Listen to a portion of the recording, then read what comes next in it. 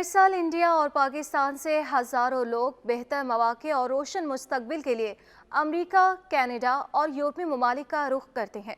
इसलिए इन ममालिक में इमिग्रेशन और वर्क वीज़े के कवानीन में किसी भी तब्दीली या किसी नए प्रोग्राम के तारुफ पर गहरी नज़र रखी जाती है। जैसे कनाडा ने रवा माह वर्क परमिट के कानून में तब्दीली की है। कैनेडियन हुकाम ने कोविड दौर में लेबर मार्केट में मांग बढ़ने के बाइस 18 माह तक वर्क परमिट में तोसी की थी, जिसे अगले साल जनवरी से ख़त्म किया जा रहा है। इसके बाद से कनाडा के ऐलान करदा स्टार्टअप वीज़ा प्रोग्राम को बास माहिरीन एक सुनहरी मौका करार दे रहे हैं। ये प्रोग्राम बुनियादी तौर पर उन बासलाहियत गैर मुल्कियों के लिए है जो कनाडा में अपना छोटा कारोबार या स्टार्टअप कायम करना चाहते हैं। स्टार्टअप का मयार जांचने के लिए कुछ मयार तय किए गए हैं। वो ये है कि स्टार्टअप में इनोवेशन हो या मकामी लोगों के लिए नई नौकरियां पैदा करे और आलमी सतह पर मुकाबला कर सके। कैनेडियन स्टार्टअप वीज़ा की दरख्वास्त देने के लिए उम्मीदवार के पास एक वैलिड बिजनेस यानी कारोबार होना चाहिए। ये ज़रूरी है कि उम्मीदवार उसका कारोबार की शेयर्स की मिल्कियत रखता हो, इसके पास कंपनी के 10% या उससे ज़्यादा के शेयर्स हो और उसके पास शेयर होल्डर्स मीटिंग में वोटिंग का इख्तियार हो।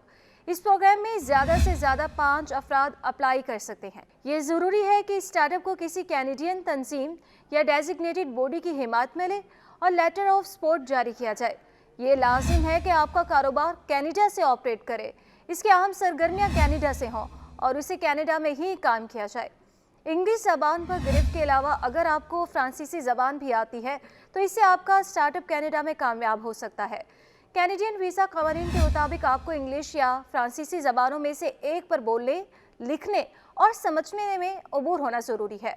स्टार्टअप वीज़े के उम्मीदवार को इस हवाले से भी कैनेडियन हुकूमत को शवाही देने होते हैं कि उनके पास अपने और डिपेंडेंट लोगों के माली अखराजात बर्दाश्त करने के वसाइल हों।